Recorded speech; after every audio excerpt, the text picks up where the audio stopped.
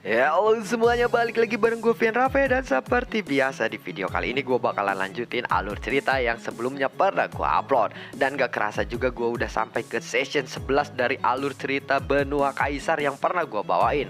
Dan di session ini pasti akan lebih seru lagi. Dan tanpa banyak basa-basi lagi, yuk kita langsung cek this out aja alur ceritanya.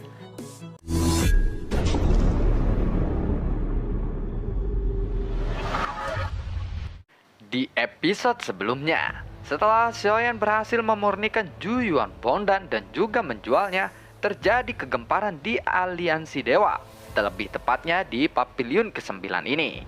Lalu Chen Li pun mengumpulkan para alkemis di Pavilion ke-9 ini. Chen Li pun lalu berkata kepada para alkemis, "Apakah alkemis yang telah membuat ramuan ini sudah ditemukan?" Tanya dari Chen Li. Semua alkemis yang mendengar kata-kata itu, mereka pun saling memandang dan menggelengkan kepala mereka. Aku sudah bertanya kepada beberapa orang yang membeli ramuan ini, namun semuanya memilih bungkam. Mereka tidak mau mengungkapkan nama dari orang yang menjual ramuan ini. Jelas, sepertinya orang-orang itu ingin membelinya tanpa tersaingi oleh kita. Dan seseorang alkemis yang telah membuat ramuan itu pasti dia tidak ingin terdeteksi oleh kita, ucap dari para alkemis. Ekspresi Chen Li pun saat mendengar itu berubah menjadi suram. Karena kita juga telah mendapatkan ramuan ini, aku yakin aku pasti bisa mempelajari metode pemurnian ramuan ini. Kalian semua haraplah tenang kali ini. Setelah semuanya terungkap, aku akan memberitahu kalian metode pemurnian ramuan ini. Dan aku berharap alkemis yang membuat ramuan ini bukanlah salah satu dari kalian. Karena jika begitu, hanya hukuman matilah yang pantas bagi seseorang pengkhianat, ucap dari Chen Li. Chen Li, kami pasti tidak akan melakukan sesuatu hal yang begitu bodoh yang membahayakan kepentingan kita sendiri, ucap dari para alkemis.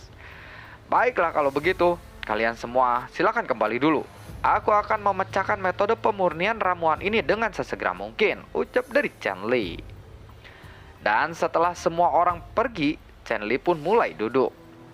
Aku belum pernah melihat ramuan semacam ini, dan metode pemurniannya sangatlah aneh. Aku tidak tahu alkemis mana yang bisa melakukan ini. Jika ini tidak bisa dipecahkan, maka bisnisku akan hancur, gumam dari Chen Li. Lalu Chen Li pun kembali berdiri dan memegang Zhu Yuan Bondan di tangannya. Dan perlahan-lahan dia pun berjalan menuju ke ruangan penyulingan. Sementara itu di Gunung Yuan Mai Lingsan, semburan ke-8, pada saat ini Xiaoyan sedang mendekati puncak semburan ke-8 itu. Jauh di puncak gunung, Xiaoyan melihat sosok yang sedang duduk di atas puncak semburan itu. Tetapi hanya ada satu orang saja di sana. Xiaoyan yang melihat itu, dia pun sedikit terkejut. Lalu Xiaoyan pun langsung datang ke puncak semburan itu. Dan setelah melihat sosok ini, dia lagi-lagi terkejut. Karena kekuatan dari sosok ini lebih kuat daripada Xiaoyan. Dan ketika Xiaoyan melihat wajahnya dengan sangat jelas, sepertinya dia pernah melihatnya. "Tuan, tolong jangan terlalu dekat," ucap dari sosok itu ketika Xiaoyan sedang bersiap untuk duduk. Xiaoyan pun lalu melihat ke sekelilingnya dan kemudian berkata dengan bingung, "Hanya ada aku dan kamu di sini, dan aku tidak akan mengganggu kultivasimu," ucap dari Xiaoyan.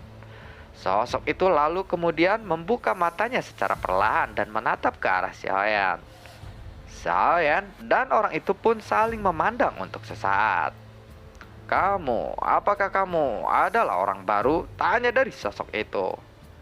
"Tidak, aku sudah tinggal lama di Pavilion ke-9 ini," jawab dari Xiaoyan. "Kalau benar begitu, kau seharusnya mengenalku," ucap dari sosok itu. "Maaf tuan, aku sebelumnya pernah hampir mati, dan aku juga kehilangan sedikit ingatanku," ucap dari Xiaoyan. Xiaoyan menyadari karena hanya dia yang berlatih di sini. Itu menunjukkan bahwa identitas orang ini pastilah bukan orang sembarangan. "Oh, begitu ya. Namun, aku tetap menyarankan kamu agar menjauh dariku. Paling tidak hingga 50 kaki saja," ucap dari sosok itu. Lalu Xiaoyan pun tidak menerima itu begitu saja. Karena dia sudah menemukan posisi yang nyaman dan duduk untuk berkultivasi. Anda bukan pemilik tempat ini, bukan? Jadi, bukankah Anda tidak berhak untuk mengusir orang lain yang ingin berlatih di tempat ini? Ucap dari Xiaoyan. Kemudian sosok itu pun segera meledakkan aura kekuatannya untuk mengejutkan Xiaoyan. Bocah, kamu pasti tahu peringkat kekuatanku, bukan? Seharusnya kamu juga tidak asing dengan nama Ma Longming, ucap dari sosok itu. Ketika Xiaoyan mendengar nama orang ini, Xiaoyan tidak tahu apa peringkat kekuatan dari sosok itu. Tetapi Xiaoyan merasa familiar dengan wajah sosok itu. Ternyata wajah orang ini mirip dengan Mayu. Orang ini juga bernama Ma. Maka orang ini pastilah adalah kakak laki-laki dari Mayu. Wajah mereka pun sangatlah mirip. Ma Longming, aku tidak mengenalmu, tetapi saudaramu Mayu dan aku adalah teman yang baik, jawab dari Xiaoyan. Apakah kamu mengenal Mayu? Tanya dari Ma Longming. Lebih dari sekedar kenal, karena kami adalah sahabat baik, ucap dari Xiaoyan. Xiaoyan ingin menipu dia untuk menghindari pertempuran. Sampah seperti Mayu selalu sombong dengan menggunakan nama baikku. Tetapi kamu malah menggunakan namanya untuk bisa tetap di sini. Aku benar-benar ingin membunuhnya, jawab dari Ma Longming. Itu sepertinya bukan urusanku. Sama sekali bukan urusanku. Aku hanya ingin berkultivasi saja sekarang di tempat ini. Itu saja, jawab dari Xiaoyan. Nah, aku tidak tahu siapa namamu. Meskipun kamu menyembunyikan kekuatanmu, kamu bukanlah lawanku. Upacara daftar emas sudah sangatlah dekat. Kamu dan aku tidak seharusnya bertarung di tempat ini. Jadi jika kamu berpikir, berpikirlah lebih baik, jawab dari Ma Longming. Jika aku mengatakan kepadamu bahwa aku tidak terkalahkan di antara semua orang di pavilion ke-9 ini, bagaimana? Ucap dari Xiaoyan. Kamu benar-benar berani. Kalau begitu, kamu bisa tetap di sini. Tetapi, apakah kamu berani melepaskan topi di kepalamu itu? Dan, bisakah aku melihat wajahmu? Ucap dari Ma Longming. Xiaoyan pun lalu mengangkat topinya. Dan ketika Ma Longming melihat wajah ini, dia pun terkejut. Ma Longming tiba-tiba tertawa terbahak-bahak. Ma Longming perlahan-lahan lalu menutup matanya. Xiao Feng, aku tidak menyangka kamu bisa berani seperti ini. Apakah kamu mencari mati? Ucap dari Ma Longming. Jika kamu ingin bertarung, marilah kita bertarung, jawab dari Xiaoyan. Sumber gas Xiaoyan pun lalu meledak. Lalu sebuah telapak tangan besar terbentuk di atas kepala Xiaoyan. Angin yang menderu mengibaskan jubah Xiaoyan. Tetapi Xiaoyan bahkan tidak melihat ke arah atas. Setelah Ma Longming melihat ini, dia pun menjadi lebih marah. Kamu harusnya membayar atas perilakumu ini. Setidaknya kali ini, kamu tidak akan bisa mengikuti upacara daftar emas karena kelakuanmu ini, ucap dari Ma Longming. Wush! Telapak tangan raksasa itu lalu mengejar ke arah Xiaoyan. Namun ketika Ma Longming berpikir bahwa Xiaoyan tidak akan bisa menghindari telapak tangan raksasa itu, tiba-tiba telapak tangan raksasa itu berputar di udara seolah-olah ditarik oleh kekuatan yang tidak terlihat. Menarik, ternyata kamu juga kuat. Tidak heran, kamu begitu arogan di depanku.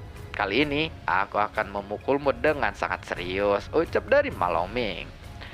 Melihat ekspresi Xiaoyan yang tetap tenang, prak, buah, batu di bawah kaki Ma Longming pun pecah dan fluktuasi pada tubuhnya pun mencapai tahap akhir Daoxian. Buar, jarum Xuan Bing Katora, teriak dari Ma Longming. Ekspresi Ma Longming pun menjadi lebih dingin. Dan segel tangan di tangannya pun berubah. Lalu jarum es di lengannya yang tidak terhitung jumlahnya melesat ke arah Xiaoyan. Benar-benar ini seperti hujan yang lebat yang menutupi jalan keluar untuk Xiaoyan. Xiaoyan pun sedikit mengangkat kepalanya dan melihat jarum es itu di sekelilingnya. Kemudian api di tubuhnya pun lalu meletus dan menyelimuti sosok Xiaoyan. Suhu di sekitarannya pun langsung naik dengan sangat cepat. Jarum es yang sangat banyak itu pun menguap di udara. Nyala api yang sangat kuat, ucap dari Ma Longming yang melihat itu. Buar. Saat ini ada cahaya putih yang melesat keluar dari lautan api itu. Untuk sesaat, Ma Longming pun dibutakan oleh cahaya itu. Dan pada saat yang sama, Ma Longming merasa bahwa dia tidak akan bisa mengendalikan tubuhnya sendiri.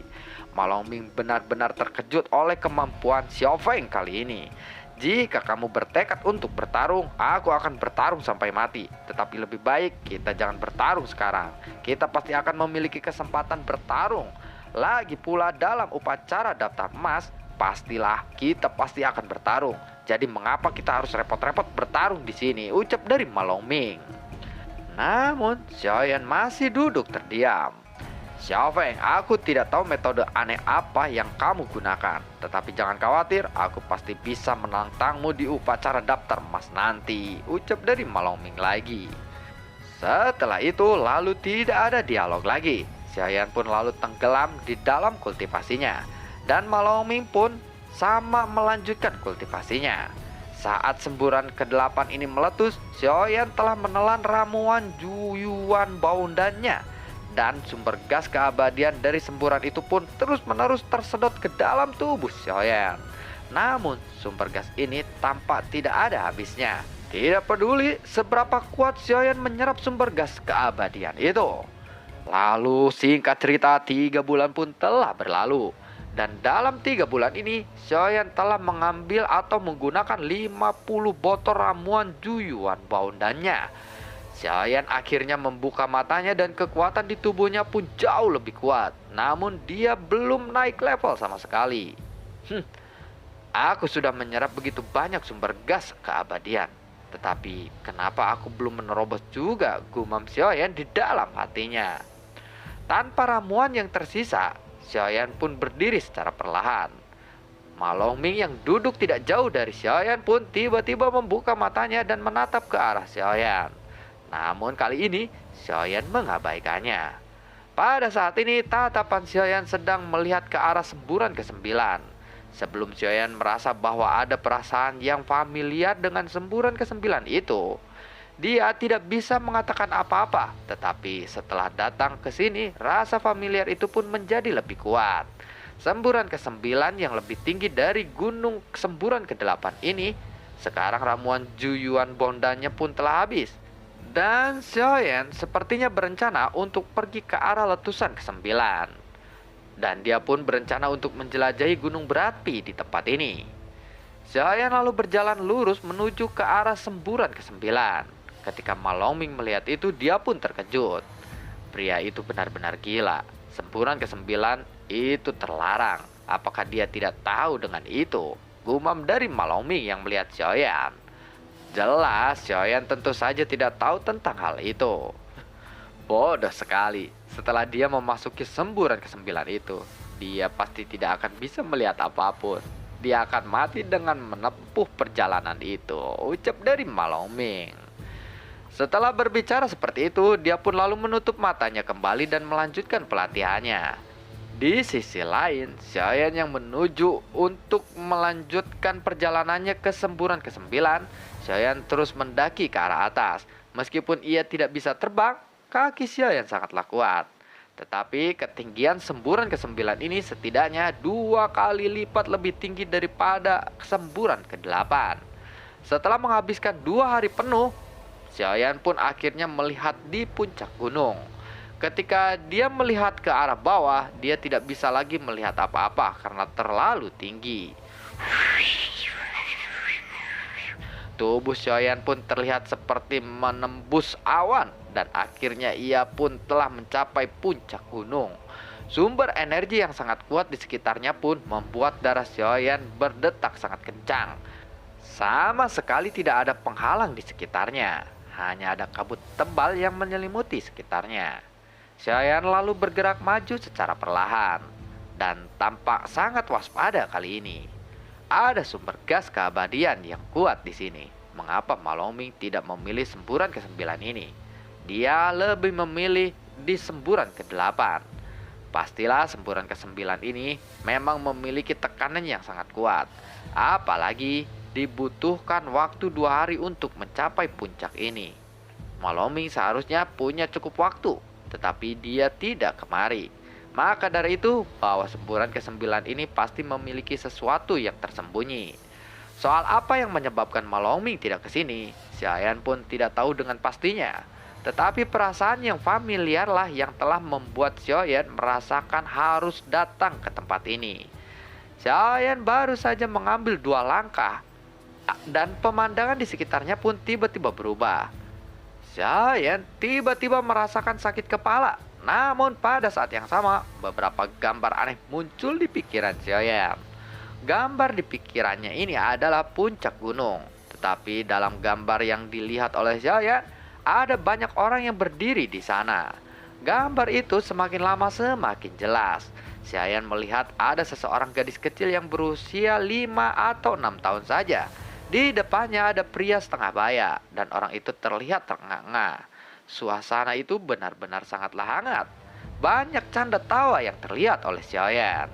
Ketika Xiaoyan melihat pria itu, Xiaoyan pun mengenali pria itu, dan pria itu adalah Yang Maha Tinggi. Pria ini menggosok rambut gadis kecil itu atau mengelus kepalanya, dan dia pun tersenyum dengan penuh kasih sayang di wajahnya. Putri kecilku memang sangat luar biasa, ucap dari Yang Maha Tinggi. Hehe, tentu saja aku pasti akan lebih baik daripada ayah di masa depan, ucap dari gadis itu. Siapa dulu ayahnya? Ucap dari Yang Maha Tinggi.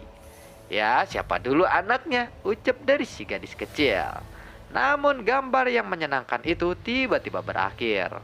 Dan di momen berikutnya hanya ada bayangan yang duduk di suatu tempat. Xiaoyan hanya bisa melihat pegunungannya saja. Kamu akhirnya ada di sini, ucap dari sosok itu. Seolah-olah dia sedang berbicara kepada Xiaoyan. Senior, apakah Anda berbicara denganku? Tanya dari Xiaoyan. Lalu sosok itu pun berbalik dan melihat ke arah Xiaoyan. Melihat itu Xiaoyan pun terkejut karena wajah ini sangat dikenalinya. Sosok itu ternyata adalah putri ketiganya Xiaoyan, yaitu Xiao Yueli. Sekarang situasinya telah berubah. Maaf ayah, aku belum sekuat dirimu. Pergilah mencari bunga yang lain, ucap dari Xiao Yueli. Suara itu memasuki pikiran Xiaoyan, dan pada saat yang sama Xiaoyan pun merasakan distorsi di sekelilingnya lagi. Bunga lain? Apa maksudnya? Ucap dari Xiaoyan. Pada saat yang sama, mata Xiaoyan pun tiba-tiba melihat ada banyak garis berbintik. Xiaoyan pun melihat itu dia sedikit terkejut. Sepertinya ingatan ini adalah cara bagi Yang Maha Tinggi untuk memberikan perintah kepada Xiaoyan. Namun pada saat ini, Xiaoyan menemukan bahwa ada sosok yang sedang duduk lagi di puncak gunung, dan sosok itu juga kebetulan melihat Xiaoyan. Orang yang duduk di sini untuk berlatih adalah Ziye. Xiaoyan sebelumnya pernah bertarung melawan Ziye di Hongmen Star, dan mantel kulitnya yang ketat membungkus sosok yang sangat indah. Rambutnya pun dikepang dan berasap. Ziye masih menatap ke arah Xiaoyan, tetapi melihat bahwa Xiaoyan menggunakan jubah aliansi dewa, jadi dia tidak langsung menyerang Xiaoyan. Beri aku alasan yang bagus kenapa kamu bisa sampai di sini, ucap dari Ziye. Lalu bagaimanakah kelanjutan ceritanya? Akankah Ziye kembali bertarung dengan Xiaoyan, atau Ziye ini akan tahu bahwa Xiaofeng itu adalah Xiaoyan? Nantikan konten gue berikutnya dan semoga sehat selalu untuk kalian. Gue juga tidak lupa untuk selalu ucapin terima kasih banyak buat kalian yang sudah mendukung channel ini dari awal hingga saat ini. Dan gue selalu ucapin terima kasih banyak juga buat kalian yang sudah mensupport channel ini lewat link Saweria di bawah kolom deskripsi. Oke, sampai ketemu lagi di video gue berikutnya dan sampai jumpa. Semoga sehat selalu untuk kalian. Assalamualaikum dan dadah.